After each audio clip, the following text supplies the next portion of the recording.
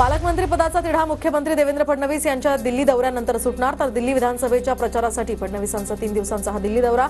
नाशिकचा तिढा सुटल्याची माहिती, तर रायगडचा तिढा मात्र कायम. मुख्यमंत्री फडणवीस आता काय निर्णय घेणार याकडे लक्ष.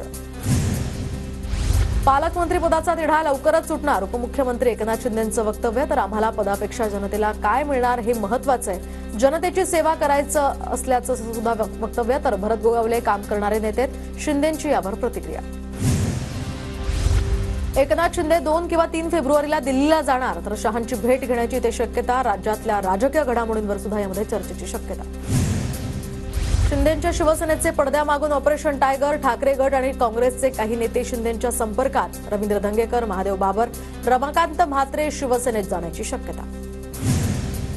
रायगड जिल्ह्याचं पालकमंत्री पद सोडण्यास राष्ट्रवादी अनुकूल नाही. मुंबई महानगर क्षेत्रामध्ये एकतरी पालकत्व असण्याची राष्ट्रवादीची भूमिका. रायगडचं पालकमंत्री पद कायम ठेवण्याची आग्रही मागणी. पालावर तिन्ही नेत्यांची चर्चा सुरू, लवकरच तिढा सुटणार, गिरीश महाजनांची माहिती. पालकमंत्री पदासंदर्भात वरिष्ठ पातळीवर चर्चा होईल. मुख्यमंत्री आणि उपमुख्यमंत्री हा निर्णय घेतील. नाशिकच्या पालकमंत्री पदावरून दादा भुसेंची प्रतिक्रिया. रायगडचं पालकमंत्रीपद एकनाथ शिंदेंकडे देण्याची शक्यता. गोगावले तटकरे वादावर तोडगा काढण्यासाठी आता भाजपकडून प्रयत्न, तर मुंबईचं पालकत्व भाजप घेणार, सूत्रांची माहिती.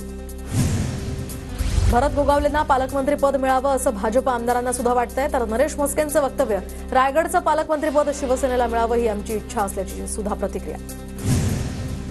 काँग्रेसचे माजी उपमहापौर रमाकांत म्हात्रेंनी घेतली उपमुख्यमंत्री एकनाथ शिंदेंची भेट. रमाकांत म्हात्रेंसोबत काँग्रेसचे 2 ते 3 माजी नगरसेवक शिवसेनेत प्रवेश करणार. भाजप ठाकरे गटाला मोठा धक्का देण्याच्या तयारीत. 3 फेब्रुवारीला राजन साळवी भाजपमध्ये प्रवेश करणार, सूत्रांची माहिती. राजन साळवींशी कालच बोलणं झालं, ते पक्ष सोडतील असं वाटत नाही, संजय राऊतांना विश्वास. तर वर नेत्यांनी पक्षांतर करताना आता ठाकरे परिवारानं त्यांना काय दिलं याचा विचार करण्याचाही सल्ला. जनतेचा तुमच्यावर विश्वास नाही, तुम्ही आमच्यावर शंका कसली घेता, इतना सन्नाटा क्यू है भाई, हे कधी कधी कृष्णकुंजमध्ये सुद्धा विचारा. भाजप नेते आशिष शेलार यांची राज ठाकरेंवर टीका. करायचं होतं आत्मचिंतन, केलं पराभवाचं प्रदर्शन. जनतेचा तुमच्यावर विश्वास नाही, तुम्ही आमच्यावर शंका कसली घेता, भाजप नेते आशिष शेलार यांची राज ठाकरेंवर टीका. जरांगेंच्या आंदोलनाची नेमकी कारणं स्पष्ट होत नाहीत, जरांगेंच्या उपोषणाची कारणं स्पष्ट व्हायला हवीत.